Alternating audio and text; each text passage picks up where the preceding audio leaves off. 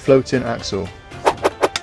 I'm going to show you the proper way to install it, because no one's got a fucking Scooby on how to do it properly. Yes, it is just essentially installing a wheel, and you might say, installing the wheel's easy, brother. Which it is, but it's only one way of doing this, and that's the right way. So let me educate you on the correct way to install this rod. Smash your fucking face in.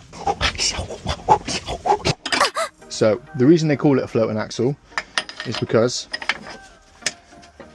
this side floats, okay? This moves on the axle. If you were to tighten up this floating side first and then the nut side after, what's going to happen is you're going to pull that fork over, which is going to bow your forks, meaning they're going to bind, not operate correctly, and you're just not going to have proper functioning suspension. Not only that, it's going to cause you big money problems later down the line. So the correct way of doing it is focusing on this side first. So you want to make sure you tighten up this side first with the wheel, bringing the wheel over, aligning this fork with the wheel, and then focusing on tightening up this left fork after. First thing you want to do before putting the wheel on is always make sure this axle slides in through both fork lugs and spins freely.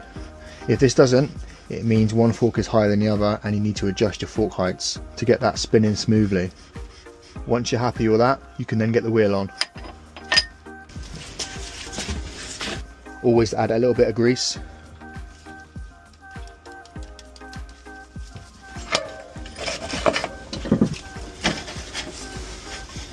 So now we've got the wheel on, we're going to focus on tightening up this side first, which will bring the wheel over and align it with that fork.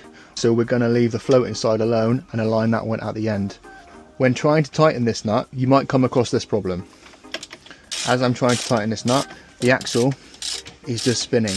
If this does happen, you can then tighten up these two pinch bolts just to hold this axle from spinning to allow you to tighten up this nut. Then you will undo these again to allow that axle to be floating and free. So we're going to do that now.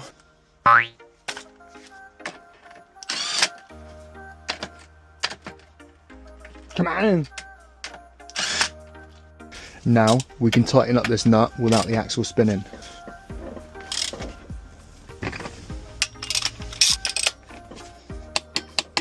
Now we've tightened up and torqued this nut, this fork and this wheel are now aligned, so we can loosen up these pinch bolts to allow this side to be free again.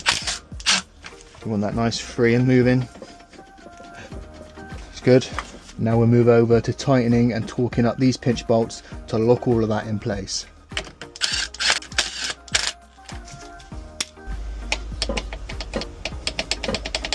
So now the wheel is all locked and aligned with this left fork, we can now move on to aligning this fork and tighten up these pinch bolts.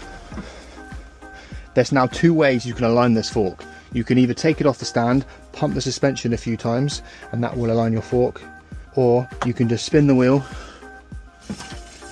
slam the front brake on a couple times, and that will straighten out and align the fork with the axle. When you've done that, you can then tighten up your pinch bolts.